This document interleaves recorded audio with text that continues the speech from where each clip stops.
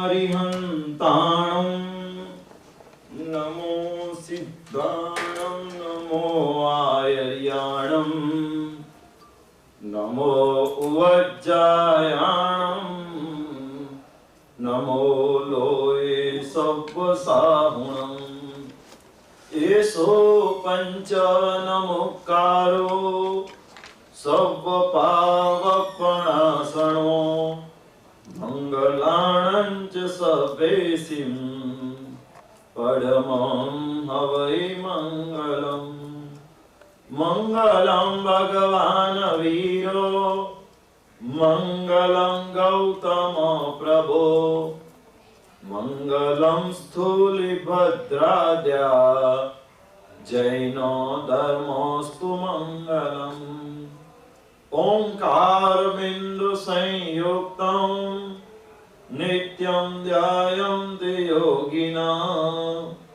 કામદં મોક્ષદં ચૈવ ઓંકારાય નમો નમઃ અજ્ઞાનં તિમિરાન્ધાનં જ્ઞાનાંજનશલાકયા નેત્રముન્મીલિतं येन તસ્મૈ શ્રી ગુરવે નમઃ.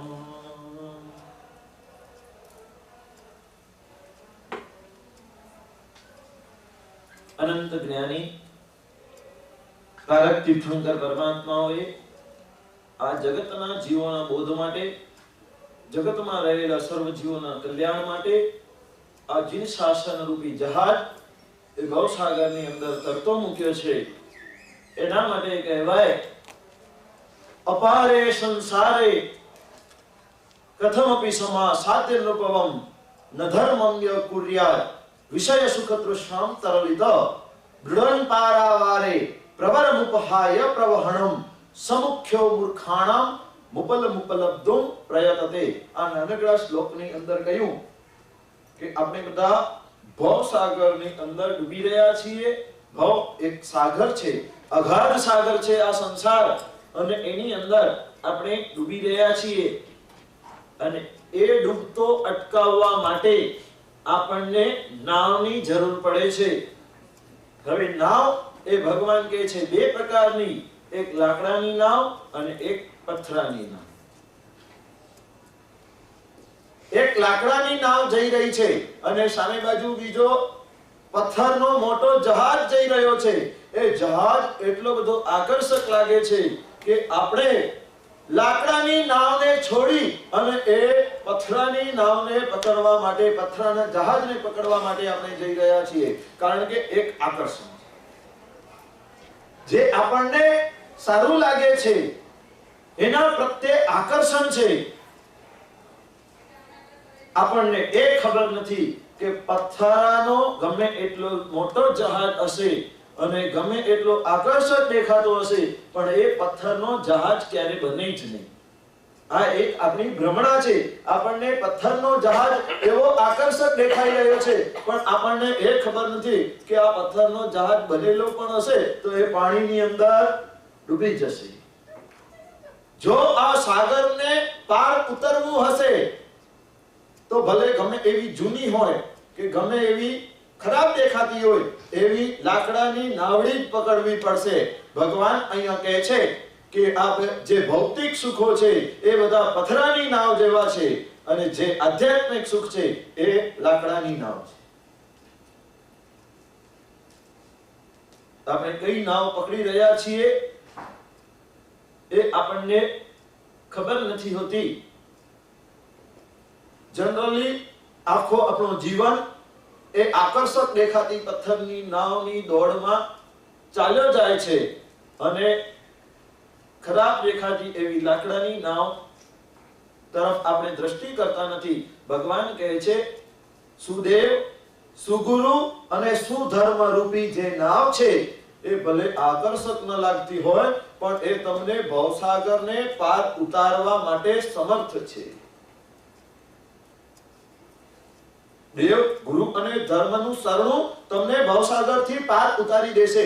ભલે એ આકર્ષક ન હોય. ભલે આ ધર્મ તમને ગમતું નથી, ધર્મ કરવામાં આનંદ આવતો નથી, જેટલો આનંદ ટીવી જોવામાં આવે છે એટલો આનંદ આ પ્રવચનની અંદર નથી આવતો, એટલો આનંદ આ પૂજાની અંદર નથી આવતો, એટલો આનંદ આ પ્રતિક્રમણ કે સામાયિકની અંદર નથી આવતો. પણ વાસ્તવમાં તારનારું તત્વ આ છે, બોલો તો દુબાડનારું તત્વ છે. અને આ શ્લોકની અંદર કહ્યું ડુડન પારાવારે પ્રવર મુપહાય પ્રવહણમ સમુખ્યો મૂર્ખાણામ મુપલ મુપલબ્ધુમ પ્રયતતે. આપણને બધાને આ શ્લોકની અંદર કહ્યું કે જો આપણે લાકડાની નાવને છોડી અને ઓલે આકર્ષક દેખાતી પથ્થરની નાવ તરફ દોડી રહ્યા છીએ તો આપણે સમુખ્યો મૂર્ખાણામ, મૂર્ખની અંદર પણ આપણે મુખ્ય છીએ. મુખ્યો મૂર્ખાણામ. મૂર્ખ તો ઘણા હોય પણ મૂર્ખ શિરોમણી કોને કહેવાય? જે મૂર્ખામાં પણ વધારે મૂર્ખ હોય. કારણ કે સત્ય સમજાય નથી જતો ત્યાં સુધી અસત્યને જે પકડી રાખે એને એક વખત માફ કરી શકાય, પણ સત્ય સમજાઈ ગયા પછી પણ અસત્યને જ પકડી રાખે અને સત્યનું પડખું ના લે તો એ મહામૂર્ખ કહેવાય છે. શું કહેવાય ભાઈ? મહામૂર્ખ. આપણે કહીએ જેમે પાપ કિયા બાલપણે અહવા અન્નાણે અન્ન ભવંતર સોસો ખંડ જય હો પરમેશ્વર તુહ મુહ દીઠું. શ્રી પાસજીની સર ચૈત્યવનની કડીઓની અંદર આવે છે કે હે ભગવાન, મેં બાલપણાની અંદર પાપો કર્યા, મેં અજ્ઞાન અવસ્થાની અંદર પાપો કર્યા, પણ એ પાપોનો જાજો કઈ મહત્વ હોતો નથી. કારણ કે બાલપણની અંદર આપણને ખબર નથી હોતી અને અજ્ઞાન અવસ્થાની અંદર જ્યાં સુધી આપણને જ્ઞાન નથી ત્યાં સુધી આપણને સાચો ખોટાની ખબર પડતી નથી. પણ એક વખત જ્ઞાન મળી ગયા પછી પણ જો ખોટી વસ્તુને પકડી રાખીએ તો કેમ ચાલે ભાઈ? શ્રાવકના જીવનની અંદર વિવેક, અને એ વિવેક દ્રષ્ટિના કારણે શ્રાવક સાચા ખોટાની અંદર ભેદ કરી શકે. એ વિવેક દ્રષ્ટિના કારણે સારા ખરાબની અંદર શ્રાવક ભેદ કરી શકે છે. ભગવાનની આટલી બધી વાતો આવી છે કે એ વાતોની આપણે એક એક ચિંતના કરીએ તો આપણને ખબર પડી જાય કે શું સારું છે ને શું ખરાબ છે.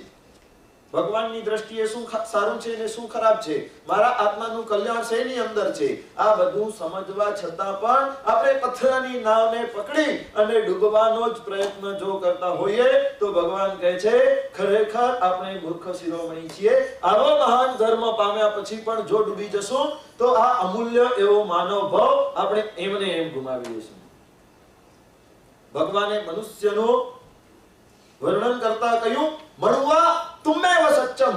હે મનુષ્ય, તું બધા કરતા મહાન છે, તું બધા કરતા સત્ય છે. એનું કારણ શું? કે મનુષ્ય ભાવ એ અત્યંત દુર્લભ છે. શાસ્ત્રોની અંદર 10 દ્રષ્ટાંતો આપવામાં આવ્યા મનુષ્ય ભાવનું દુર્લભત્વ સમજાવવા માટે. 10 દ્રષ્ટાંતે દુર્લભ માનવ જન્મ, આવી રીતે કહેવાય. એ દ્રષ્ટાંતમાંથી એક બે દ્રષ્ટાંત તમને સમજાવું. મનુષ્ય ભાવ એ એવો અમૂલ્ય ભાવ છે. ભગવાન કહે છે કે મનુષ્યપણું અનંત ફેરા ફર્યા પછી આપણને ક્યારેક મનુષ્ય જન્મ મળે છે. આમ સહજતાથી સુલભતાથી આ જન્મ મળી જતો નથી.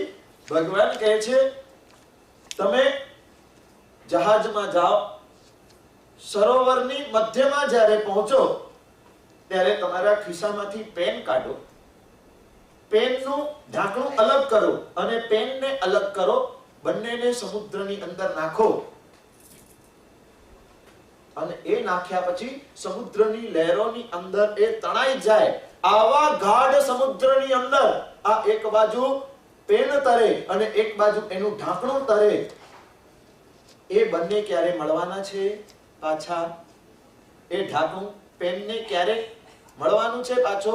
ફિટ થવાનો છે? ન જ થાય. આટલા ગહન સમુદ્રની અંદર ક્યાં એ બંને ભેગા થાય? પણ ભગવાન કહે છે કદાચ કદાચ કદાચ કદાચ કદાચ કોઈ દેવતાના સહાયથી આ બંને એક વખત સમુદ્રમાં મળી પણ જાય, ઢાંકણું પેનની અંદર લાગી પણ જાય. આ કેટલું ઇમ્પોસિબલ છે? 0.00000000001 અનંત જીરો આપણે મૂકીએ એટલા પર્સન્ટેજની અંદર આ શક્ય બને. પણ ભગવાન કહે છે કદાચ આ ઢાંકણું પેનની અંદર લાગી જાય, બંને એકબીજાને મળી જાય, પણ મનુષ્ય ભાવ ફરી પાછો મળવો દુર્લભ. આ મનુષ્યપણું એક વખત આપણાથી દૂર ચાલ્યો જશે તો એને પાછો મેળવવું બહુ મુશ્કેલ છે. આ દ્રષ્ટાંત મનુષ્યપણાનું દુર્લભતા સમજાવવા માટે ભગવાને આપ્યું.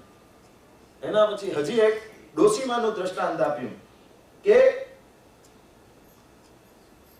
મોટી ઉંમરના ડોશીમાં આંખેથી જરા પણ દેખાતું નથી, ખૂબ ઝાંખું દેખાય છે, શરીરની અંદર વધારે તાકાત નથી, અને એવી અવસ્થાની અંદર રહેલા ડોશીમાં પોતાના ઘરના કામો પણ બરાબર નથી કરી શકતા.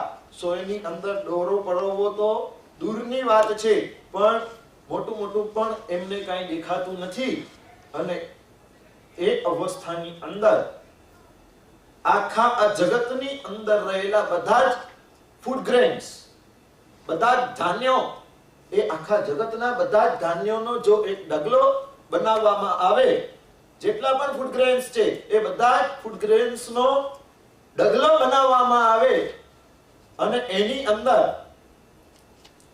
સરસવના દાણા, સરસવ એક નાનકડો ખસખસ જેવડી નાનો ફૂડ ગ્રેન છે, એકદમ માઇન્યુટ, અને એવા મુઠ્ઠી પર સરસવના દાણા એની અંદર મિક્સ કરીને બરાબર હલાવી દેવામાં આવે અને પછી આ વૃદ્ધ ડોશીમાને કહેવામાં આવે કે તમે આ બધા જ સરસવના દાણા મને ગોતી આપો, તો એ શક્ય બને? ડોશીમા કોઈ કાળે આ ન કરી શકે. ભગવાન કહે છે કોઈ દેવતાના સહાય કદાચ આ કાર્ય શક્ય બને, પણ મનુષ્યપણું બીજી વાર નહીં આવે. કેવા દ્રષ્ટાંતો આપ્યા છે આપણા બોધ માટે. આવું મનુષ્યપણું પામ્યા પછી પરમાત્મા કહે છે ધર્મની આરાધના કરી લેવા જેવી છે.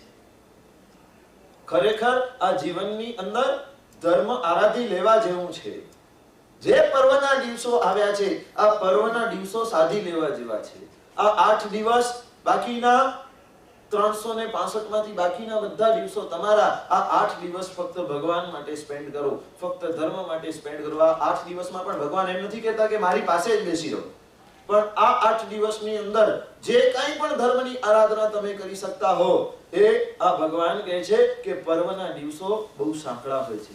સાંકડા ભાઈ પર્વના દાડા મેં તમને કહ્યું હતું કે કેવા ફટાફટ આ પર્વના દિવસો જાય છે. આજે 5મો દિવસ આવી ગયો અને હવે 3 દિવસ આપણા હાથમાં છે. છેલ્લા 3 દિવસો ઘણા ભાગ્યશાળીઓ અઠમનું તપ કરે છે. જેનાથી જે શક્તિ હોય એવું તપ કરવાનું, જેટલી શક્તિ હોય એવી આરાધના કરવાની, એટલો ધર્મ કરવાનો. છેલ્લા 3 દિવસો આપણા હાથમાં છે.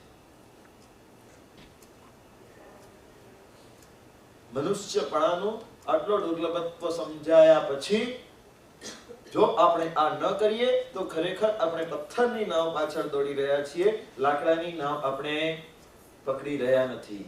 ખરેખર ભગવાન કહે છે કે આ મારા બોધ માટે નથી. ભગવાન એમ પોતાને એની અંદર કોઈ સ્વાર્થ નથી કે હું તમને કહું છું તો એની અંદર મારો કોઈ સ્વાર્થ નથી કે મને કાંઈ પડી નથી, તમે આરાધના કરો કે ન કરો, મને શું, હું તો 8 દિવસ પ્રવચન આપી અને પાછો ચાલ્યો જઈશ. બધા પોતપોતાની લાઈફમાં બધા બિઝી થઈ જશો. પણ ભગવાનની એ વાત છે એ તમારા સુધી પહોંચાડી રહ્યો છું. 8 દિવસની અંદર આરાધના કરી લેવા જેવી છે. આખા વર્ષમાં ભલે કાંઈ ન કરીએ પણ એ આખા વર્ષનો ભાથો આ 8 દિવસની અંદર બાંધી લેવા જેવી છે. એક છોકરી લગ્ન કરી અને સાસરીએ ગઈ છે. સાસરીઓ એવો સુખી સંપન્ન મળ્યો છે કે પૈસે ટકે વધુ સુખી, બધા જ સુખો એની પાસે છે, પણ સાસરિયાની અંદર એને ધર્મ નથી. એના સાસરીએ ધર્મના જરા પણ સંસ્કાર નથી, ધર્મની કોઈ પણ પ્રવૃત્તિ કરતા નથી. આજુબાજુમાં એ ગામની અંદર ડેરાસર નથી. અને ત્યારે આ છોકરીને માવિત્રની અંદર એને ખૂબ ધર્મ કરેલું, એટલે ધર્મ એને બહુ ગમતું હતું, પણ અહીંયા સાસરીએ એને ધર્મ કરવું મળતું જ નથી, કરવા મળતું નથી. દેરાસર હોય તો ધર્મ થાય. આવા અનારે દેશોની અંદર જૈન સેન્ટરો ઊભા થાય તો બધા આપણે સાથે મળીને ધર્મની આરાધના કરી શકીએ. નહીં તો ઘરે બેસીને શું કરવાના છીએ? પાપની જ પ્રવૃત્તિ કરવાના છે. આ છોકરી સાસરિયાની અંદર ખૂબ જ દુખી છે. એને ધર્મ કરવાનો ભાવ છે, પણ ધર્મના કોઈ સાધન નથી, ધર્મની સામગ્રી નથી, જિનાલય નથી, ઉપાશ્રય નથી, ગુરુઓનો યોગ નથી, કે કાંઈ સાંભળવા પણ મળતું નથી ધર્મ, અને કાંઈ કરવાની આરાધના પણ ત્યાં મળતી નથી. અને એને મનની અંદર એટલો બધો દુઃખ થાય છે કે ક્યાં હું આવીને ફસાઈ ગઈ. ભલે મારા સાસરિયા બધા પૈસે ટકે બધું બરાબર છે, પણ જો જીવનમાં ધર્મ નથી તો કાંઈ જ નથી. એને પોતાના પપ્પાને ફોન કર્યો, હે પપ્પા, તમે એવા ઠેકાણે મને પરણાવી છે, એની અંદર તમારો પણ કોઈ દોષ નથી, અને એ તો મારા કર્મોનો દોષ છે. સાસરીઓ બધો બરાબર છે, બધા જ લોકો સારા છે, એ બરાબર, પણ અમે વાસી ખાઈએ છીએ, અમે તાજું ખાતા નથી, વાસી ખાઈએ છીએ. એટલું એણે કહ્યું. અને સાસરાના લોકોએ એ વાતને સાંભળી લીધી, અને એના પપ્પા પણ એ વાતને સમજી ગયા. તમે શું સમજ્યા? સમજદાર કો ઇશારા કાફી હૈ. શું કહેવાય? સમજદાર કો ઇશારા કાફી હૈ. આપણે બધા સમજદાર કહેવાય કે નહીં? તો ઇશારો તમે સમજ્યા નહીં. એના પપ્પા સમજી ગયા એ વાસી ખાઈએ છે એટલે શું. અને જ્યારે એના સાસરિયા પણ એ સાસરિયાના લોકો સમજ્યા નહીં, અને એને પૂછ્યું કે આપણે તો બધા રોજ બરાબર રસોઈ બનાવીને જમીએ છીએ, તું એમ કેમ કહે છે કે આપણે વાસી ખાઈ રહ્યા છીએ? ત્યારે એણે આ સાસરિયાના લોકોને સમજાવ્યું કે વાસી ખાઈએ છીએ એટલે શું? પૂર્વ ભવમાં બાંધેલું ભાથું અત્યારે આપણે સુખી સંપન્નતાની દ્રષ્ટિએ આપણે ભોગવી રહ્યા છીએ, પણ અત્યારે કાંઈ બાંધતા નથી, તો આવતા ભવની અંદર શું કરશું? એનો અર્થ શું? વાસી ખાઈએ છીએ. અહીંયા તમે વાસી ખાવ છો કે તાજું ખાવ છો?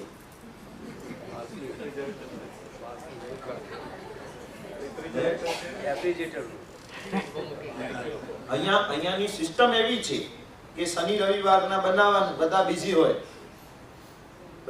શનિ રવિવારના બનાવવાનું ને આખો હપ્તો ખાવાનું. મેં એવું સાંભળ્યું છે. અહીંયા મને તો બધે ઠેકાણે તાજો મળે છે, એટલે મને વધારે ખબર પડતી નથી.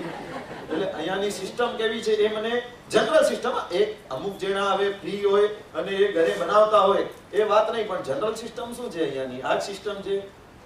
ના, જે લોકો બંને જણા કામ કરતા હોય, અઠવાડિયાનું ના બનાવે કોઈ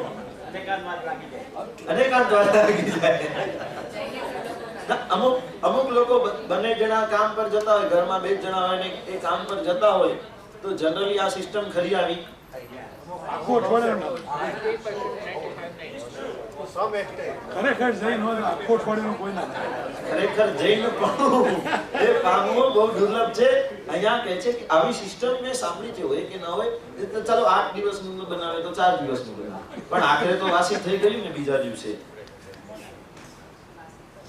ત્યારે ભગવાન કહે છે કે ચલો તમારા ઘરે આવી સિસ્ટમ છે, તમે શનિવાર રવિવારના બનાવો અને બુધ ગુરુવાર સુધી ખાઓ અને પછી પાછા બીજી વાર બનાવો, પણ એવું કરવા છતાં પણ એક શનિ રવિવાર જો તમે ન બનાવો તો કેમ ચાલે? શું ખાશો તમે?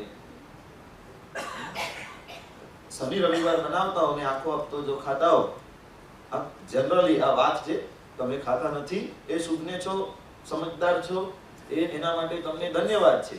પણ ભગવાન કહે છે કે શનિ રવિવારના તમે બનાવી અને આખું હપ્તો ખાઓ છો.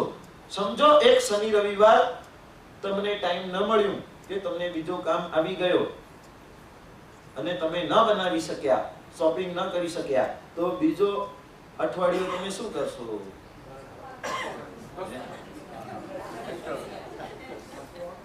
બહાર ખાય ને હા, એ તો એટલે બધી છટકબારીઓ આપણી પાસે છે.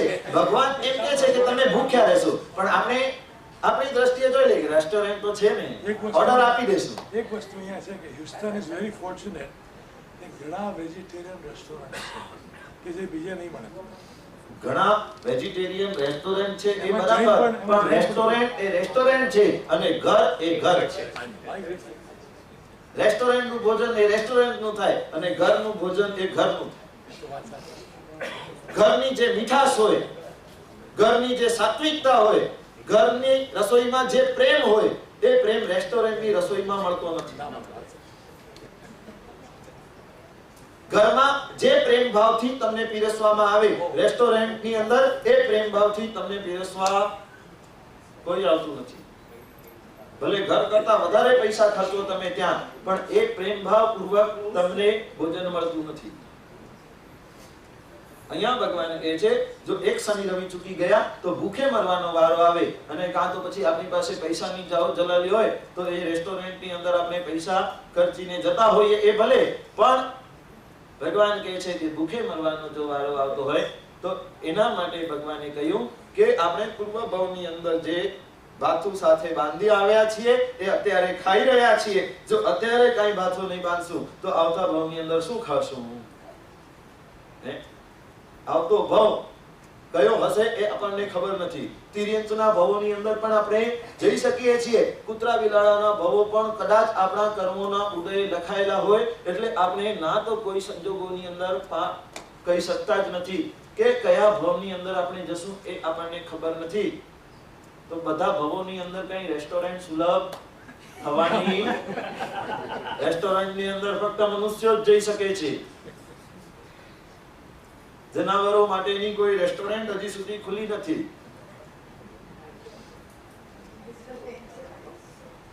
અને એમની સિસ્ટમ જ એવી છે કે એમને રેસ્ટોરન્ટની અંદર જવાની જરૂર પડતી જ નથી. આપણા જેટલા બિઝી એ નથી. બધા જ જનાવરો પોતપોતાના ખાવાની બરાબર સગવડ કરી જ લેશે. પોતાના બચ્ચાઓને ખાવાની સગવડ કરી જ આપશે. બધું જ કરશે. ભગવાન કહે છે આ ભવની અંદર જો ભાથો નહીં બાંધવામાં આવે તો આવતા ભવની અંદર શું કરશું? તો આ ભાથો બાંધવાનું કામ આ ધર્મ કરાવશે. આ પુણ્યનો ભાથો. તો ભગવાન કહે છે આ પુણ્ય દ્વારા બાંધેલું ભાથું આપણે સાથે લઈ જઈ શકીએ છીએ. બીજું શું સાથે આવવાનું છે ભાઈ? ગાડી, મોટા બંગલા, વાઇફ, સન, ડોટર, કોણ આવશે સાથે?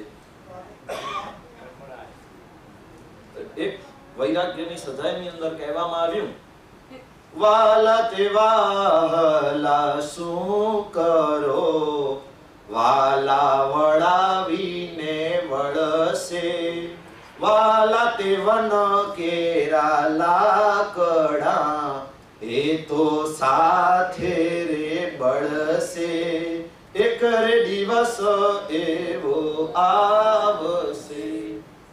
શું વાલા વાલા કરી રહ્યા છીએ આખી જિંદગી? આ મારું, આ આખો સંસાર મારો, આ ગાડી મારી, આ બંગલો મારો, આ પૈસા મારા, આ બધું મારું મારું કરીને કોણ મારો સાથે આવ્યો છે હજી સુધીમાં ખબર જ નથી પડતી. ભલભલા સિકંદરના સિકંદરો થઈ ગયા કે મોટા મોટા સત્તાધીશો થઈ ગયા કે ધીરુભાઈ અંબાણી થઈ ગયો, સાથે શું લઈને ગયો ભાઈ? ખાલી હાથે આવ્યો જગમાં, ખાલી હાથ જવાનો છે.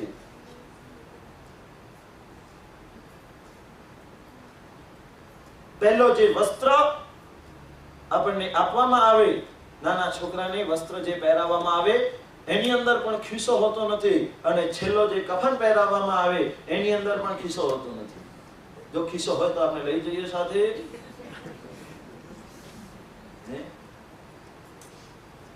વહાલા પણ કોઈ સાથે આવતા નથી.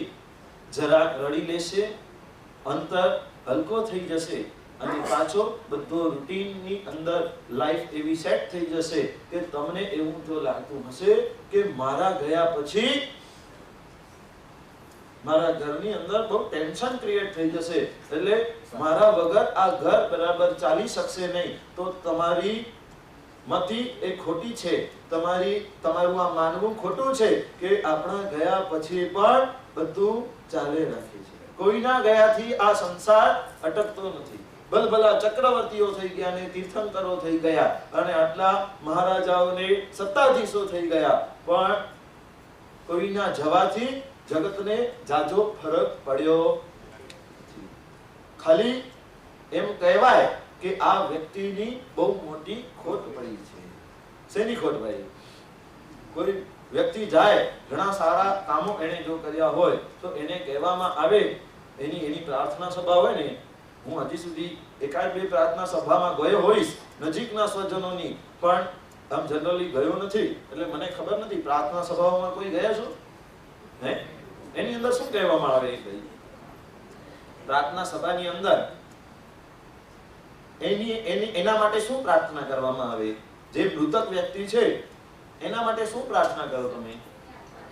એના આત્માને પરમાત્મા એ આત્માને પરમ શાંતિ આપજો. કેમ આપણે એમ ન કહીએ હે? ભગવાન એના આત્માને પૈસા આપજો, ભગવાન એના આત્માને ગાડી આપજો, ભગવાન એના આત્માને બંગલા આપજો, હે?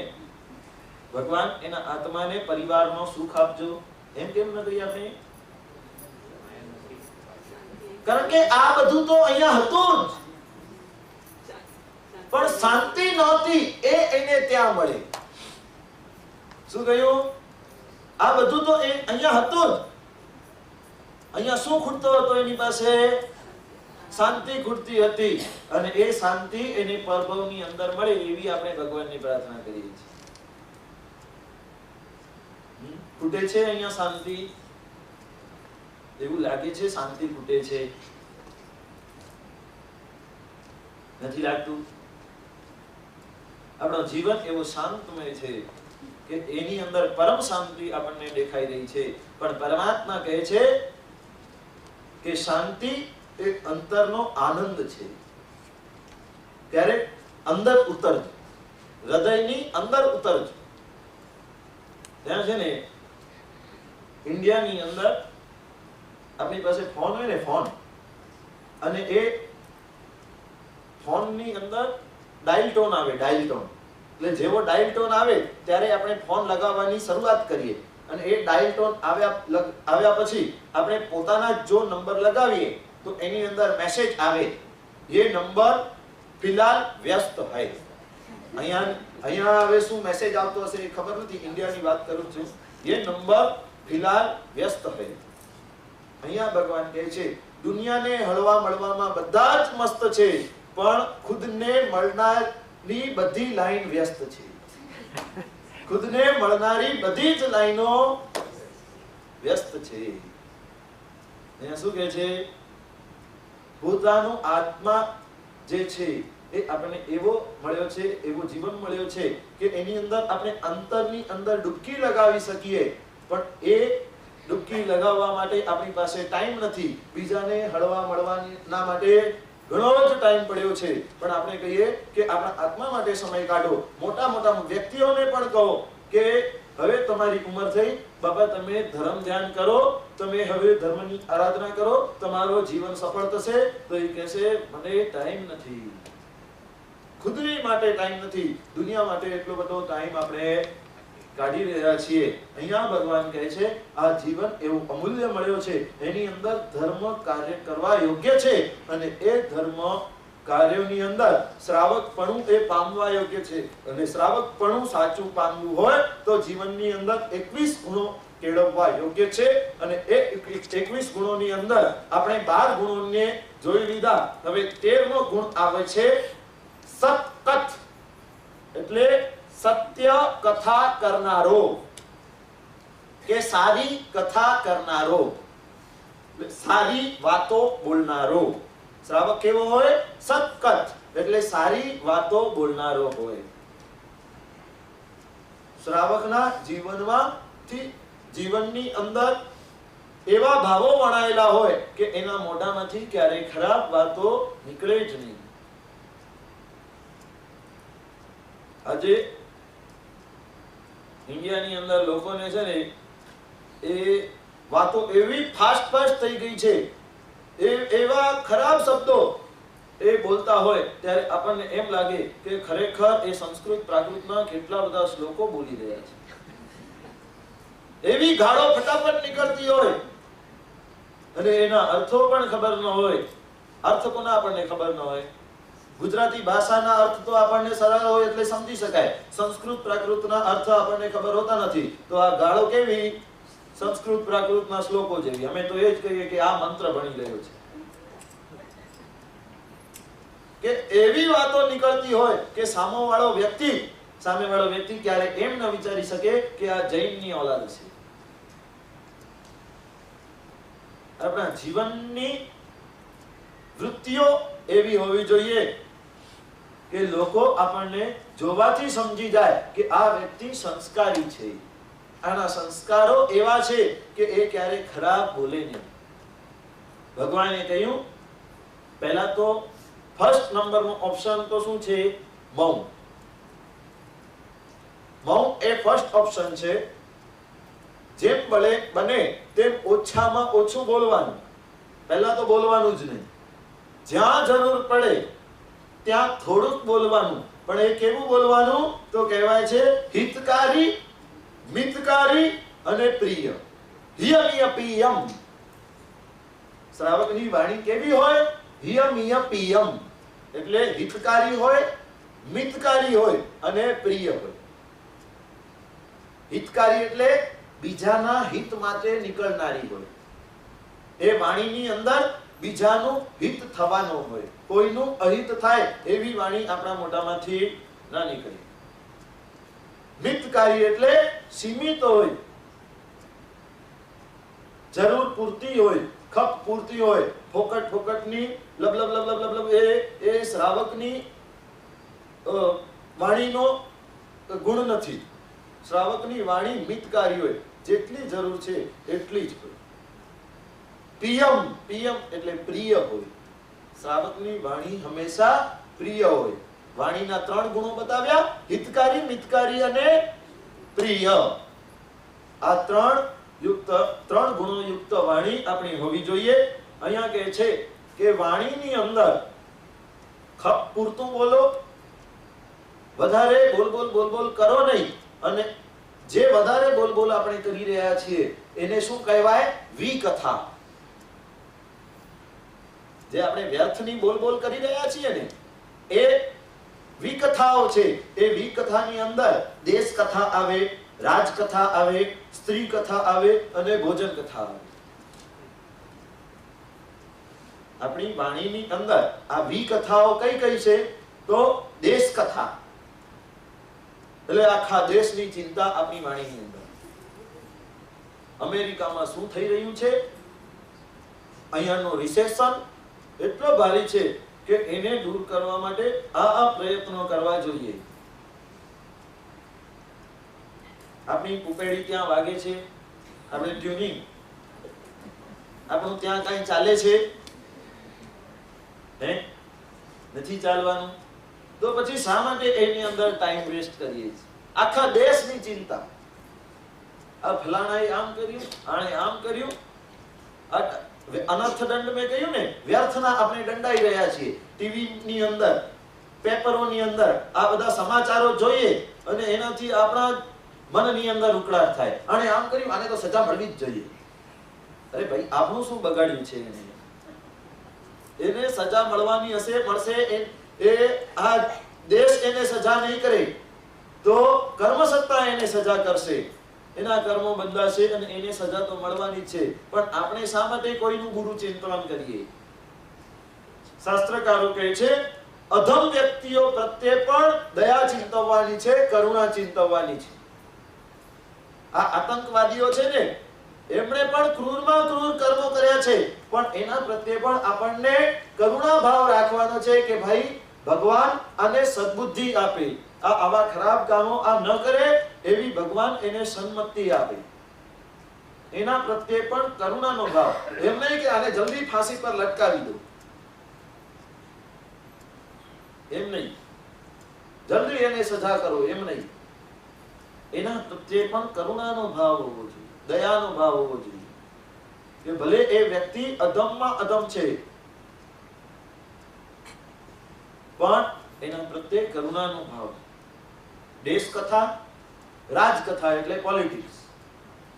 પોલિટિક્સની અંદર પણ આપણો ખૂબ ઇન્ટરેસ્ટ. બધી જ પાર્ટીઓ આપણને ખબર કઈ પાર્ટીમાં કોણ નેતાઓ છે, શું એની હાલચાલ છે, કેટલો એનો શું એના જીવનની અંદર શું શું ચાલી રહ્યું છે. આપણે પોતાના જીવનના અને પોતાના સગાવાલાઓના જીવનના જેટલા ઓછા ખબર રાખીએ છીએ એના કરતા કઈ ગણા વધારે ખબરો આપણે પોલિટિશિયનોના રાખતા હોઈએ. બરાક ઓબામા ઇન્ડિયાની ટૂર પર આવે એટલે આપણને બધાને ખબર પડી જાય કે ઇન્ડિયાની ટૂર પર ગયો છે, અહીંયા ગયો છે, અહીંયા એણે આ કામ કર્યું. આ બધું પોલિટિક્સની અંદર આવી જાય. પછી સ્ત્રી કથા, સ્ત્રીઓની કથા. આ સ્ત્રીઓ કેવી છે, સ્ત્રીઓ સુંદર છે. આપણે રત્નાકર 25 ની અંદર રત્નાકર મુનિએ કહ્યું કે સ્ત્રીઓને જોઈ જોઈને આપણે કર્મો બાંધી રહ્યા છીએ. એ વિકાર ભાવથી જોવા દ્વારા આપણા ઘણા કર્મો બંધાઈ રહ્યા છે. અને ચોથા નંબરની કથા કઈ? ભોજન કથા. ખાવા પીવાનો ટેસ્ટફુલ છે. આ તો બહુ ટેસ્ટી છે. આ તે બનાવ્યું છે, કેવી રીતે બનાવવાનું મને પણ શીખવાનું. એટલે એ ભોજન કથા પણ એટેચમેન્ટ રૂપ છે અને એટલા માટે ત્યાગવા યોગ્ય છે. જે ખાવાનું છે, શરીર ટકાવવા માટે ખાવાનું છે, તો એને સહજ ભાવે તમે ખાઓ, જ્ઞાતા દ્રષ્ટા ભાવે ખાઓ. જમતી વખતે પણ ભગવાને કહ્યું કે તમારી સાધના થઈ શકે. કૌશલ અને ધ્યાન તમારા જમતી વખતે પણ થઈ શકે છે. પણ કેવી રીતે? ભગવાન છે ને બધી અનેકાંતમય વાત કરશે. એટલે એમ નહીં જો હું કહું કે જમતી વખતે પણ ધ્યાન થઈ શકે છે એટલે લોકો એ જ પકડીને બેસી તો પછી હવે ધર્મ કરવાની શું જરૂર? અમે જમતા જમતા ધ્યાન કરીશું, એવું નહીં. એટલે એ અનેકાંત છે. એની અંદર ભગવાન શું એટલે સુધી કહે છે કે આ તિર્યંચો છે ને, તિર્યંચોને મહાપુરુષોનો યોગ થાય ત્યારે એ શ્રાવકપણું પામી જાય છે. તિર્યંચો પણ શ્રાવકપણું પામી જાય છે. શ્રાવકના જે 12 વ્રતો બતાવ્યા એમાંથી તિર્યંચો 11 વ્રતો કરી શકે છે. ખાલી છેલ્લો શ્રાવકનો 12મો કયો વ્રત છે? અતિથિ સમિભાગ વ્રત. એટલે અતિથિઓનો સત્કાર કરવો, એમને ભોજન વગેરે આપવા દ્વારા સુપાત્ર દાન વગેરે કરવું. એ આ તિર્યંચો કરી શકતા નથી, કારણ કે રસોઈ બનાવીને ગુરુ ભગવાન વગેરેને વોરાવી શકતા નથી. બાકી 11 ના 11 વ્રતો આ તિર્યંચો કરી શકે છે. તિર્યંચો સામાયિક પણ કરી શકે, તિર્યંચો પૌષધ પણ કરી શકે છે. આ ચંડ કૌશિક નાગ એમને એમ કર્યો નથી. ખબર છે ને ચંડ કૌશિક નાગની વાર્તા? 2 શબ્દોથી એ તરી ગયો છે. ભગવાનના 2 શબ્દો પામીને એ તરી ગયો છે. ને આપણે કેટલાય શબ્દો સાંભળી લઈએ તે છતાં પણ આપણા જીવનની અંદર ચેન્જ આવતો નથી. એને આ 2 શબ્દો જીવનની અંદર એવા ઉતારી દીધા કે જીવનની લાઈફસ્ટાઈલ આખી એની ચેન્જ થઈ ગઈ. શ્રાવકના 11 જે વ્રતો છે એ એને સ્વીકારી લીધા. એ ભાવથી સામાયિક પણ કરી શકે છે અને ભાવથી પૌષધ પણ કરી શકે છે. એના માટે આ તિર્યંચોને કટાસણો, ચરવલો, મોમબત્તી કોઈની જરૂર પડતી નથી.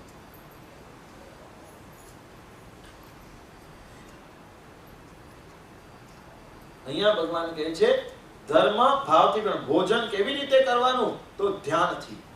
આપણે વર્તમાનમાં આપણી વાણી પણ એવી છે કે આપણે છે ને કોઈ પણ વસ્તુ કરવા, નાનો છોકરો હોય અને કોઈ પણ એ વસ્તુ કરતો હોય તો આપણે સહજ રીતે એને શું કહીએ કે બેટા ધ્યાનથી કરજે.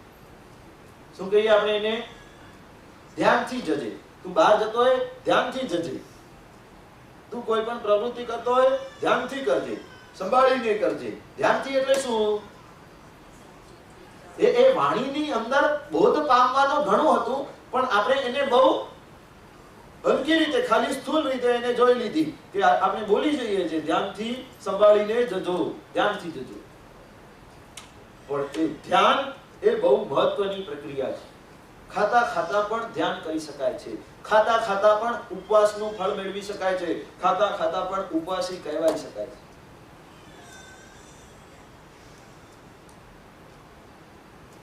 અહીંયા કહે છે ભોજનના સમયની અંદર પણ ધ્યાન.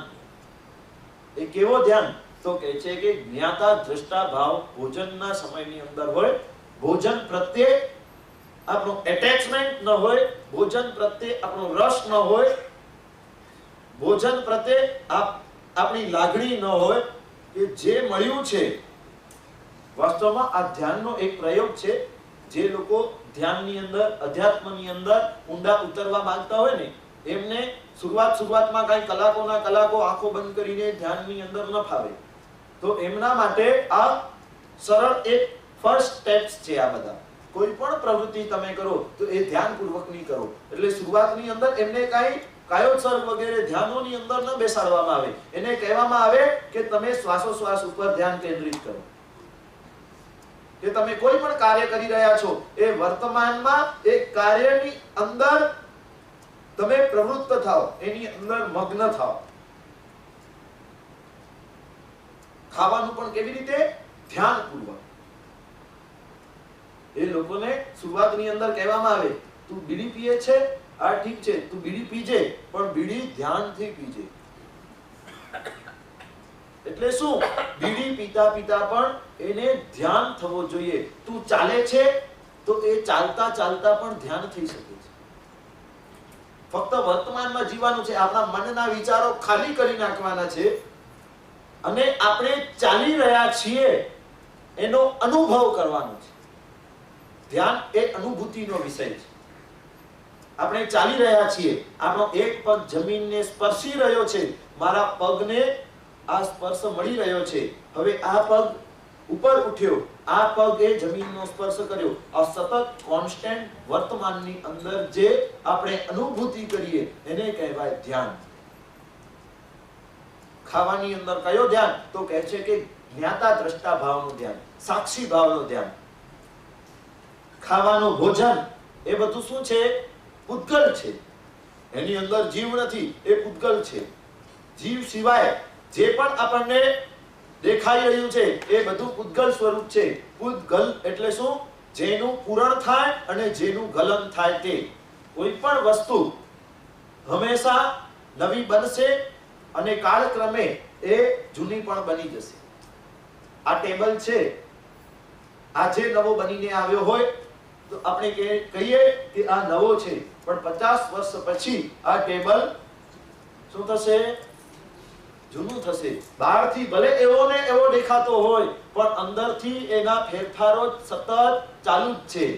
ઉદ્ગલની બિલ્ડિંગ છે ને, અચાનક ક્યારેક સમજો પડી જાય તો આપણે શું કહીએ?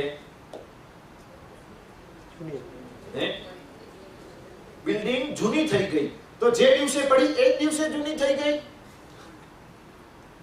ના, એ જે દિવસથી નવી બની હતી એ દિવસથી જ સતત જૂનું થવાનું આ ચાલુ જ છે ક્રમ.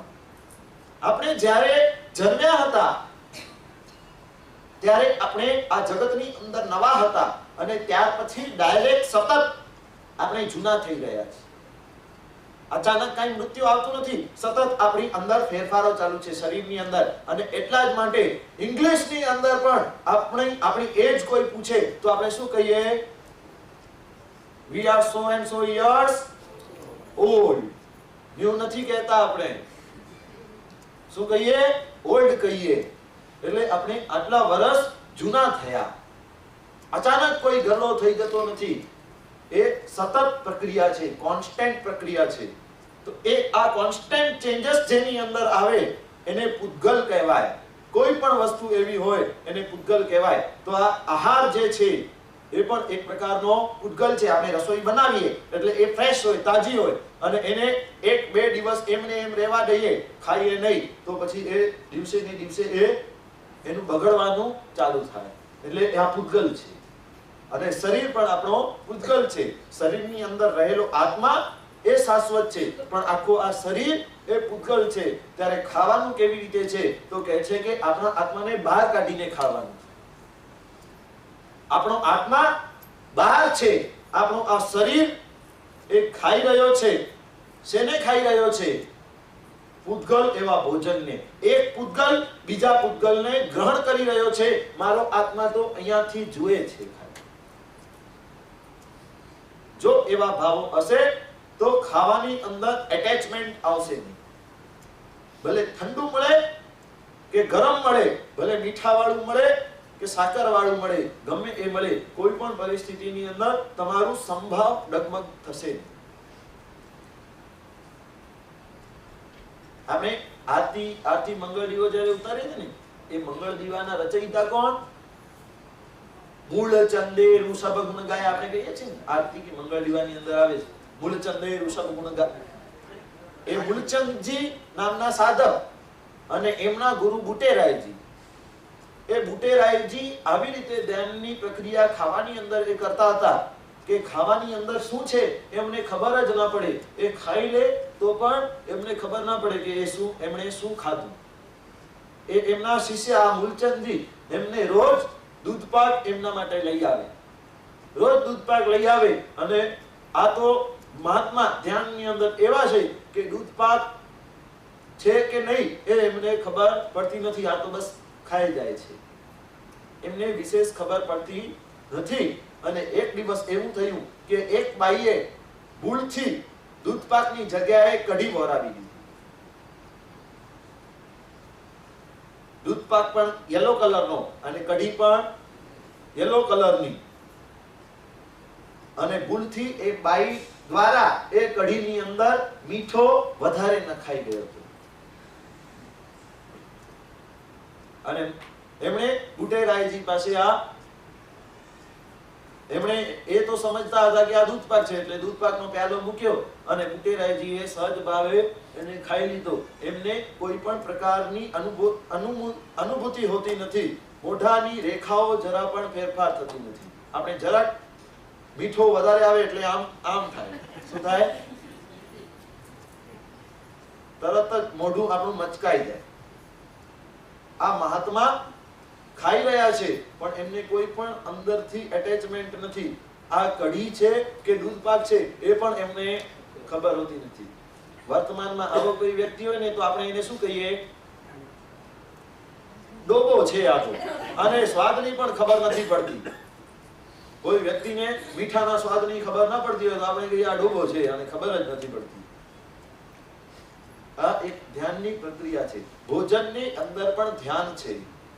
આપણે ભોજનની ચર્ચાની અંદર, ભોજનની અંદર એટેચમેન્ટની અંદર, ભોજનની વાતોની અંદર, આસક્તિની અંદર આપણે એટલા બધા અટવાઈ જઈએ છીએ કે આપણે એ ભોજનની કથાની અંદર મગ્ન બની જઈએ છીએ. શ્રાવક હંમેશા સતત હોય એટલે આ વિકથાઓથી દૂર રહેનારો હોય. એના પછી કહેવાય છે 14મો ગુણ શ્રાવકનો સુપક્ષયુક્ત. સુપક્ષયુક્ત. પક્ષ એટલે શું ભાઈ? ઇલેક્શન ચાલતો હોય અને કોઈ એક વ્યક્તિએ લીડરશિપ લીધી હોય, એને જે ટેકો આપનાર જે હોય એને શું કહેવાય? પક્ષ કહેવાય. કે આ બધા મારી પક્ષમાં છે. શું કહેવાય? મારી પક્ષમાં છે. પક્ષ એટલે ટેકો આપનાર. શ્રાવકને ટેકો આપનાર બધા કેવા હોય? શું હોય? શું એટલે સારા. પક્ષની અંદર કોણ આવે? તો ફેમિલી એન્ડ ફ્રેન્ડ્સ. શ્રાવકના ફેમિલી અને ફ્રેન્ડ્સ બંને શું હોય? સારા હોય, સારા ગુણોથી યુક્ત હોય. શ્રાવકની પત્ની, શ્રાવકના છોકરાઓ, શ્રાવકના સ્વજનો અને શ્રાવકના ફ્રેન્ડો બધા સુપક્ષયુક્ત હોય. કોઈ ખરાબ સંગતોની અંદર શ્રાવક ક્યારે પણ લાગતો નથી. શ્રાવકનો ફ્રેન્ડ સર્કલ પણ કેવો? સંસ્કારી. આપણા બધાનો ફ્રેન્ડ સર્કલ કેવો છે ભાઈ? જનરલી અહીંયા બધા આવે છે સંસ્કારી છે એટલી ગેરંટી આપણે આપી શકીએ ને?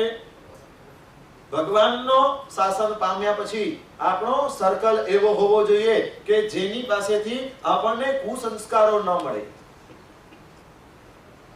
સંસ્કારોની અસર બહુ ઝડપથી થાય છે કારણ કે આપણને એમ લાગે કે આપણે અંદર લેપાતા નથી, પણ ફ્રેન્ડ સર્કલની અંદર જનરલી જે વાતો થતી હોય એ વાતો આપણા કાનની અંદર પણ જાય તો એ સંસ્કારો આપણા અંદર બહુ ગાઢ બનતા જાય છે. આપણને શરૂઆતમાં ન લાગે પણ ધીરે ધીરે આ આપણને ખબર પડે છે. અહીંયાની તો પરિસ્થિતિ, અહીંયાનો વાતાવરણ એવો છે કે ફ્રેન્ડ સર્કલ એવો મળી જાય કે ચાલ ભાઈ તું પણ બિયર પી. કે બિયર ની અંદર શું છે, હે થોડો પી લે, વાંધો નહીં આવે, વધારે નહીં પીતો, થોડો જ પી, વાંધો મારા માટે.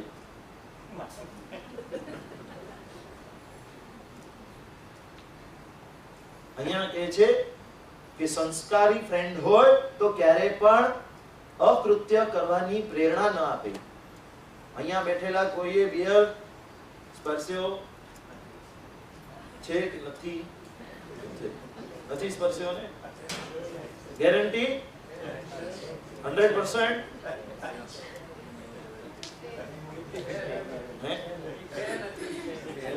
છે નથી છે? અરે આવું કેમ? પહેલા હતું, હવે છોડ. અનેકાંતવાદ આની અંદર એપ્લાય ન કરાય. એ અનેકાંતવાદ કેવી રીતે કરાય? તો કેવી રીતે કરાય? આ બિયર એ લોકો પીએ છે એમના માટે યોગ્ય છે, આપણા માટે યોગ્ય નથી. આ થયો અનેકાંતવાદ. આપણે ઊંધી રીતે પછી સિદ્ધાંતો નહીં લેવાના. પછી ગમે એ વાતની અંદર અનેકાંત આવી જાય એ ન ચાલે. આ સિદ્ધાંતોની અંદર ક્યારે અનેકાંત ના આવે. આપણે જો બિયર પીશું તો આપણા છોકરાઓ પીએ એની અંદર કોઈ નવાઈની વાત નથી. અને પછી ગમે એટલો રોકશું એ છોકરાઓ રોકાશે નહીં. જો આપણા અંદર જ આચરણની અંદર નહીં હોય તો આપણે છોકરાઓને કાંઈ નહીં કહી શકીએ. કોઈને પણ કોઈ પણ બોધ આપવો હોય તો પહેલા જે બોધ આપે છે એને સુધરવું પડે. હું અહીંયા મોટી મોટી વાતો કરું અને મારા જીવનની અંદર જ કાંઈ આચરણ ન હોય તો તમે શું કહો? આ તો ખાલી મોટી મોટી વાતો કરે છે. હે, બરાબર છે? મગજમાં બેસે છે કે નહીં? એક ઉદાહરણ આવે છે. એક બેન હતા, એમનો નાનો છોકરો. બચપનથી એને ગોળ બહુ ભાવે. ગોળ સતત એને ગોળ જેટલું પણ આપો એ ખાતો જાય. એને ગોળ બહુ ગમે. બીજું કાંઈ ન માંગે પણ ગોળ માંગે. હવે એ માં પરેશાન થઈ ગઈ છે કે આને આ આદત છોડાવવી કેવી રીતે યાર? આ તો ઓવર લિમિટ થઈ જાય છે. એક દિવસ ગામની અંદર કોઈ સાધુ મહાત્મા પધાર્યા અને એ સાધુ મહાત્માનું બહુ ઊંચું નામ કે એ જે કહે તે થઈ જાય એવું એમની એવી નામના હતી. આ ચિંતિત માતા સાધુ મહાત્માની પાસે ગઈ છોકરાને લઈને. મહાત્માને કહે છે કે આ મારો છોકરો ગોળ બહુ ખાય છે, તમે એની આ ગોળની આદત જરા સુધારી આપો ને. એને કહો કે ગોળ ખાવા જેવું નથી. વધારે થોડોક ખાય તો એની અંદર વાંધો નથી, પણ વધારે ખાવા જેવું નથી. મહાત્માએ કહ્યું ઠીક છે, તમારી વાત બરાબર, પણ તમે 15 દિવસ પછી એને મારી પાસે લઈ આવજો. 15 દિવસ પછી એ માતા બાળકને સાધુ મહાત્માની પાસે લઈ ગઈ અને સાધુ મહાત્મા બાળકને કહે છે એ બાળક વધારે ગોળ ખાવા જેવું નથી, લિમિટમાં ખાજે. અને બાળક માની ગયું. બધી માતા કહે છે એક વાક્ય બોલ્યા, મારો બાળક માની ગયો, તો એ જ વાક્ય 15 દિવસ પહેલા બોલ્યા હોત તો મને આ બીજો ધક્કો પણ ન થાત. કેમ મને 15 દિવસ પછી બોલાવ્યો? ત્યારે મહાત્માએ સુંદર મજાનો જવાબ આપ્યો કે હું પોતે પણ ગોળ ખાઉં છું. આ 15 દિવસનો જે ટાઈમ મેં માંગ્યો એ 15 દિવસની અંદર મેં પોતે ગોળનો ત્યાગ કરી દીધો. અને એ ત્યાગ કર્યા પછી મેં એને ઉપદેશ આપ્યો તો એણે સહજતાથી સ્વીકારી લીધો. જો હું એ દિવસે ઉપદેશ આપત તો મારા ઉપદેશની કાંઈ વેલ્યુ ન થાત.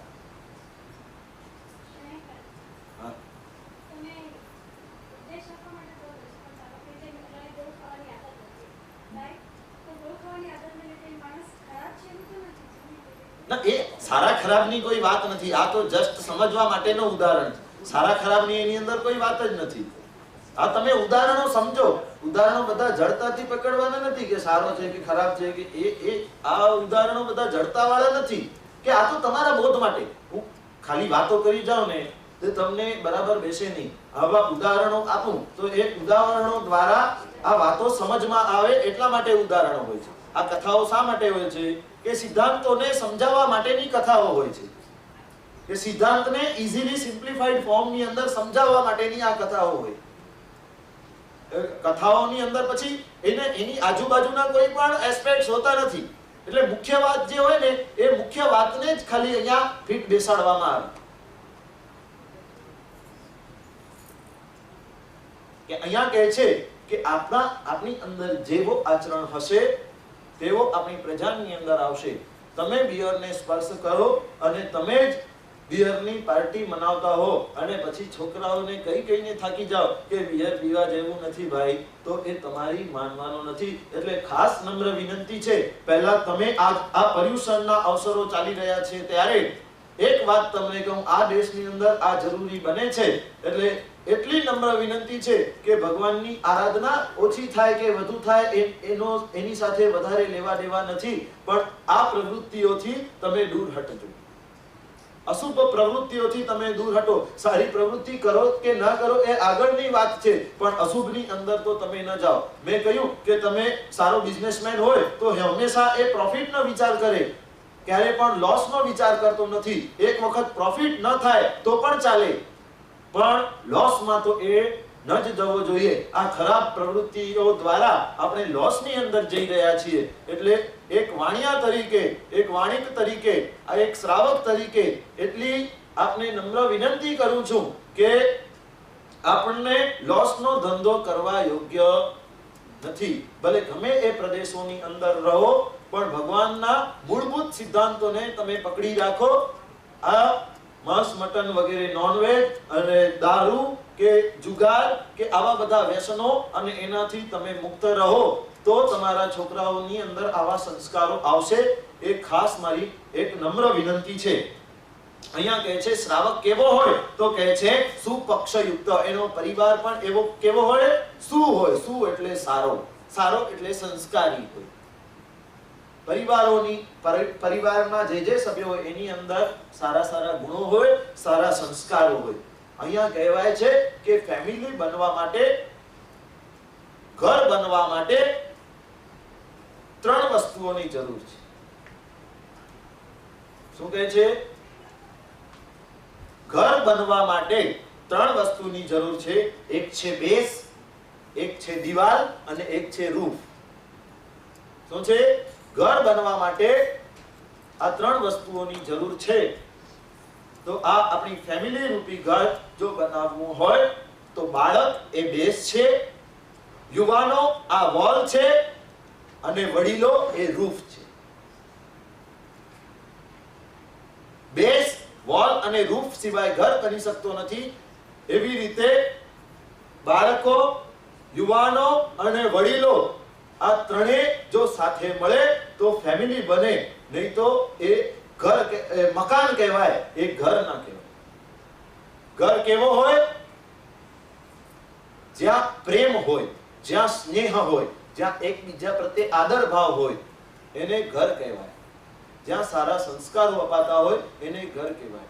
બાળકો હંમેશા આનંદનું બેઝ હોય છે. ઘરની અંદર ભલે ગમે એટલા ઝઘડા હોય લોકોની અંદર, પણ બાળકો બેઝ હોય એટલે બાળકો બધાને ગમતા હોય. ભાઈઓની ન બનતી હોય પણ એના બાળકો સાથે બધાની બનતી હોય છે. એટલે બાળક એ પ્રેમનો બેઝ છે. યુવાનો એ દિવાલ છે. દિવાલની ઉપર, દિવાલ કોની સાથે એટેચ હોય? બેઝ સાથે પણ હોય ને રૂફ સાથે પણ. એવી રીતે યુવાનો બાળકોની સાથે પણ એટેચ રહે અને વડીલોની સાથે પણ એટેચ રહે. શું કહ્યું?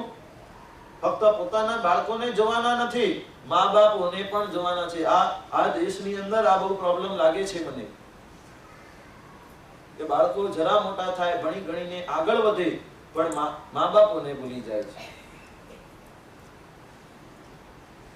મા બાપ વગર, વડીલો વગર આ ફેમિલી કમ્પ્લીટ ફેમિલી બની શકતી નથી.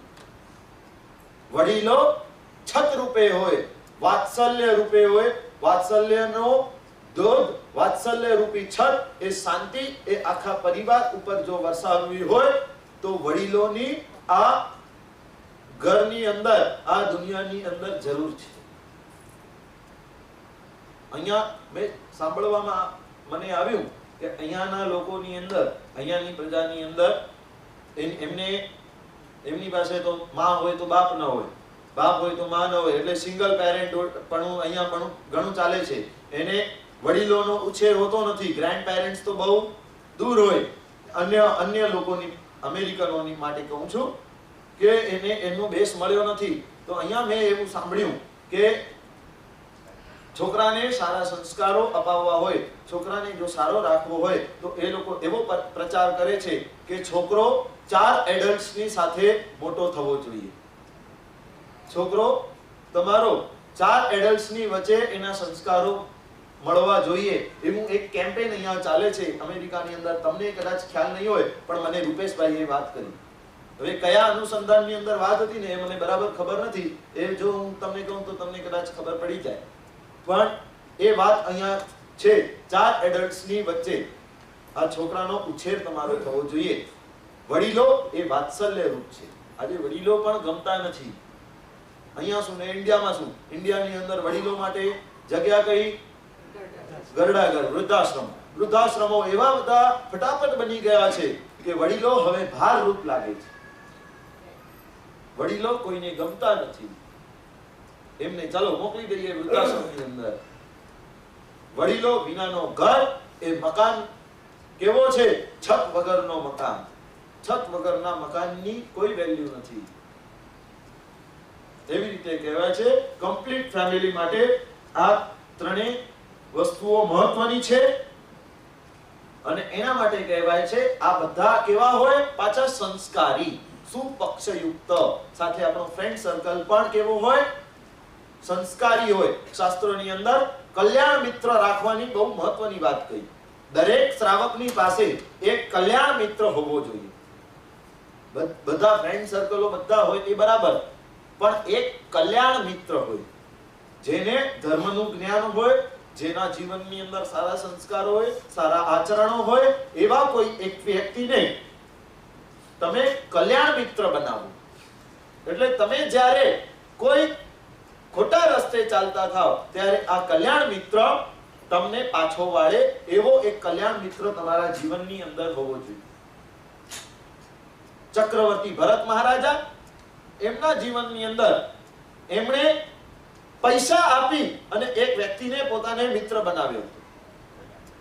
પોતાનો કલ્યાણ મિત્ર બનાવ્યો હતો. એ વ્યક્તિને એને નોકરી આપી હતી. એની પાસે કામ શું? ખાલી મારી સાથે સાથે રહેવાનું અને જ્યાં જ્યાં હું ખોટો પડતો હોઉં ત્યાં મને ચેતવવાનું અને રોજ તને મને એક વાત સંભળાવવાની કે ચેત ભરત ચેત, કાલ નગારા ડે. આ વ્યક્તિનો આટલો જ કામ. એના માટે એને પગાર મળતો હતો. ફક્ત એ આ જ વાત કરે, ચેત ભરત ચેત, કાલ નગારા ડે. ચેત ભરત ચેત, કાલ નગારા ડે. આખા દિવસની અંદર ઘણી વાર આ ચક્રવર્તી ભરતને આ વાત એ સંભળાવી દે. કે એનો અર્થ શું? કે હે ભરત, તું આટલા સુખોની અંદર છે, પણ તું ચેત કે કાળ તારી પાછળ પડ્યો છે. આ કાળ તને છોડવાનો નથી. એક દિવસ અહીંયાથી ચાલી જવાનો છે. એટલે સતત એ ચેતવવાનું કામ કોણ કરે? તો કહે છે કે કલ્યાણ મિત્ર કરે. આવો કલ્યાણ મિત્ર આપણા જીવનની અંદર હોવો જોઈએ. ખાસ બધાને વિનંતી કરું છું, જે વ્યક્તિ તમને યોગ્ય લાગે કલ્યાણ મિત્ર બનાવવા માટે, એવા કોઈ સંસ્કારી વ્યક્તિને, એવા કોઈ ગુણવાન વ્યક્તિને, એવા કોઈ જ્ઞાની વ્યક્તિને તમારો કલ્યાણ મિત્ર બનાવો. એની સાથે સંપર્કમાં રહો, એની સાથે વાતચીતો કરો, એની સાથે ઈમેલમાં ચેટિંગ કરો, એની સાથે બધી જ વાતચીતો કે વ્યવહારો કે જે તમે કરી શકતા હો એની સાથેનું બધું જ આચરણ સારું કરો. કલ્યાણ મિત્ર અહીંયાનો જોઈએ એવું નથી. મને કલ્યાણ મિત્ર બનાવશો તો હું પણ તમારો કલ્યાણ મિત્ર બનવા માટે તૈયાર છું. એટલે એની અંદર કઈ એવું નથી કે મને અહીંયા બોલાવી દેવાનું, અહીંયા સેટલ કરી દેવાનું, એવું નથી. હું અહીંયા સેટલ નથી જવાનું. કે તમે મારી સંપર્કમાં રહો, તમને કોઈ મૂંઝવણ હોય તો મને પૂછો, કે જો મને ખબર ન હોય એ વાત તો હું ઇન્ડિયાની અંદર રહેલા ગુરુ ભગવંતોને પૂછી અને તમને એના ક્લેરિફિકેશન આપી શકું. તમને કોઈ એવી વાત લાગે તો મને સહજ ભાવે કહો, હું એનો જવાબ આપું. ક્યાંક મને મૂંઝવણ થાય તો હું તમને પૂછું, તમે એનો જવાબ આપો. એને કહેવાય કલ્યાણ મિત્રતા. એક અલગ પ્રકારની આ ફ્રેન્ડશિપ છે. હું કોઈ બહુ મોટો વ્યક્તિ નથી કે મારી સાથે તમે બોલચાલ ન કરી શકો. આપણે બધા ફ્રેન્ડ છીએ, આપણે બધા ભગવાનના શ્રાવકો છીએ. એકબીજાની સાથે હળી મળીને વાતો કરી શકીએ છીએ. ભગવાન કહે છે જીવનની અંદર એક કલ્યાણ મિત્ર હોવો બહુ જરૂરી છે. અહીંયા કહે છે શ્રાવકનો 15મો ગુણ શું છે? તો શ્રાવક દીર્ઘદર્શી હોય. શ્રાવક કેવો હોય? દીર્ઘદર્શી. એટલે શ્રાવકની દ્રષ્ટિ દીર્ઘ હોય. એ નજીકનો હિત ન વિચારતો હોય પણ ભવિષ્યનો હિત વિચાર કરતો હોય. હમણાં ભલે થોડો દુઃખ ભોગવવાનો આવશે પણ ભવિષ્યની અંદર આપણે સુખી થશું એમ વિચાર કરી અને આપણે ઇન્ડિયાથી અહીંયા આવ્યા. ઘણા લોકો વર્ષો પહેલા અહીંયા આવ્યા છો તો ત્યારે કઈ અત્યાર જેવા આનંદની અંદર તમે નહોતા. બધી જ સાધન સંપત્તિઓ સામગ્રીઓ આપણી પાસે ત્યારે નહોતી. ત્યારે ઇન્ડિયાથી શું વિચાર કરીને નીકળ્યા કે અત્યારે ભલે થોડો દુઃખ ભોગવવો પડશે પણ આપણો ફ્યુચર સારો થઈ જશે. ભગવાન કહે છે આવી જ દીર્ઘ દ્રષ્ટિ તમે તમારા જીવનની અંદર ધર્મ માટે વાપરો. કે અત્યારે ભલે થોડો કષ્ટરૂપ લાગશે, થોડો કષ્ટ લઈને આપણે ધર્મ કરશું પણ એ ધર્મ ભવિષ્યની અંદર જ્યારે આપણે ગરડા થઈશું ત્યારે બહુ ઉપયોગમાં આવશે અને ભવિષ્યની અંદર આપણે મૃત્યુ પામીને બીજા કોઈ ભવોની અંદર જઈશું ત્યારે પણ આ ધર્મ આપણી સાથે આવશે. આટલા દીર્ઘદર્શી બને. શ્રાવક ખાલી નજીકનો વિચાર ન કરે. અહીંયા છે ને હ્યુસ્ટન સેન્ટર, આટલો મોટો સેન્ટર છે પણ લોકોની વસ્તી એટલી બધી થઈ ગઈ કે હવે નવો સેન્ટર બનાવવાનો વિચાર આવ્યો છે. તો કઈ અતડિયાત કોઈ ડિસિઝન ન લેવાય કે ચલો અહીંયા લો જમીન ને અહીંયા બાંધો મકાન. એવું નથી. દીર્ઘ દ્રષ્ટા બનવું પડે. આ સેન્ટર ક્યારે બન્યું? હે 80s ની અંદર, 80s 90s ની અંદર સમજો એના પાયાઓ નખાયા. ત્યારના શ્રાવકો ત્યારે કેટલા ઘરો હતા? હે 100-200 ઘરો હતા. 200 ઘરના 400 જણા થાય તો આટલો મોટો સેન્ટર બનાવવાની શું જરૂર હતી? કે ત્યારે શ્રાવકોએ દીર્ઘ દ્રષ્ટિ વાપરી કે ભવિષ્યની અંદર અહીંયા પ્રજા આપણી વધતી જશે અને મોટા સેન્ટરની જરૂર પડશે એટલે એમણે આટલો મોટો સેન્ટર બનાવ્યો. અને હવે પાછો એ વખત આવી ગયો કે હવે હજી ભવિષ્યનો વિચાર કરવાનો છે. હજી ફેમિલીઓ અહીંયા વધી શકે છે એટલે એના માટે હજી મોટા સેન્ટરની જરૂર પડશે. તો આપણે દીર્ઘ દ્રષ્ટિ કરીને આપણે એ પ્રોજેક્ટ હાથમાં લીધું છે. જીવનની અંદર આ દીર્ઘ દ્રષ્ટિને રાખતા શીખો. કોઈ પણ વસ્તુના નજીકના ફાયદા નહીં જોવાના. નજીકમાં ભલે એ વસ્તુ નુકસાનકારક દેખાતી હોય પણ ભવિષ્યમાં એ ઘણી ફાયદાકારક હોય તો દીર્ઘ દ્રષ્ટા બનવાનું.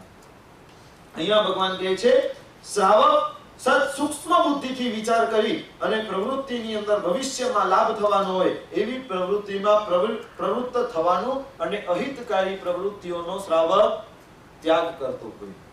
અહિતકારી જે પ્રવૃત્તિ હોય ને એ વર્તમાનમાં તમને બહુ સુખ અપાવે, બહુ આનંદ અપાવે પણ ભવિષ્યની અંદર એ આપણા કર્મબંધો બહુ આપણને હેરાન કરે છે. એટલા માટે અહિતકારી પ્રવૃત્તિઓથી દૂર રહેવાનું. આ અમે બિયરની જે વાત કરી એ બિયર પીવાથી આપણને મળે શું? હે મેં નથી પીધી. જે લોકોએ પીધી હોય એ લોકો અનુભવ બતાવો શું મળે? હે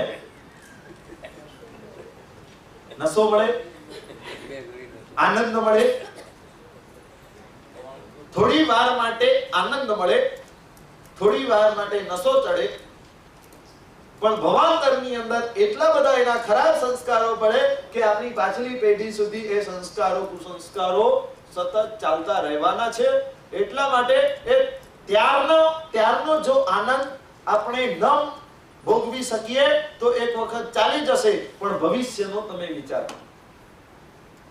એ ત્યારના નજીકના આનંદની પાછળ તમે ન દોડો, પણ ભવિષ્યમાં થનારા એના ગેરલાભો એ વિચાર કરીને આવી પ્રવૃત્તિઓથી દૂર હટનારા શ્રાવકો હોય. એટલે શ્રાવક હંમેશા દીર્ઘદ્રષ્ટા હોય, ક્યારે પણ ટૂંકી બુદ્ધિ શ્રાવકની ન હોય. અહીંયા આ ભગવાને 15મા ગુણ સુધી આપણે ભગવાનની વાતો જોઈ, અને હવે આગળના ગુણો આપણે આવતીકાલે જોઈશું. જીનાજ્ઞા વિરુદ્ધ કંઈ બોલાવી હોય ઈચ્છા. મંગલ માંગલ્યમ સર્વ કલ્યાણ કારણમ પ્રધાનમ સર્વ ધર્માણમ જૈનમ જયતિ શાસનમ. બોલો શ્રી મહાવીર સ્વામી ભગવાન કી જય. કચ્છખાન ઉપવાસ વિવેકેણમ સાગાર્ય ગાયણમ માઉન્ટન પસારેણમ પૂર્વપુઠાણેણમ પારિખાવણ્ય માત્રાગાયણમ સવસમયવત્યાગાયણમ પાણસ્વ લેવેણવા લેવેણવા છેણવા બોલેણવા સસિચેણવા સિચેણવા ભોસિરે સૂર્યોગે અવતતમ બચકાય દિવ્યમ પિતાસમ ગાયણમ સમુદ્રમ સસાગાયણમ પારિખાવણ્ય ગાયણમ મત્રણમ સ્મધ્યાણમ પ્રાણાનમ કાશી પોષી સાઠ પોષી પરમટ બચકાય ચોવ્યમપી આહારમાસમ બાણમ મત્રણમ સુનગલમ પચ્છન્ન ગાયણમ દિશામણ ચાવણમ સ્મધ્યાણમ પાણસ્વ લેવેણવા લેવેણવા છેણવા બોલેણવા સસિચેણવા સિચેણવા ભોસિરે આંબે લેકાસનો વ્યાસનો સૂર્યોગે નમકાશી પોષિતા પોષી પરિમટ બચકાય ચોવ્યમપી આહારમાસમ બાણમ થાયમ તે મનતરમ સસાગાયણમ પચ્છન્ન ગાયણમ દિશામણ ચાવણમ મત્રણમ સ્મધ્યાણમ આંબે લેકાસનો બચકાય એકાસ માંગલિક બોલો જીને શાસન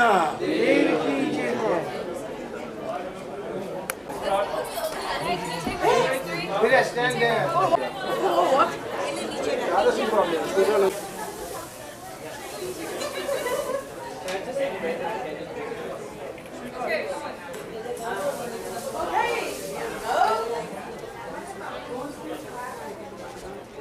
Thank you, dear. Don't cut me off.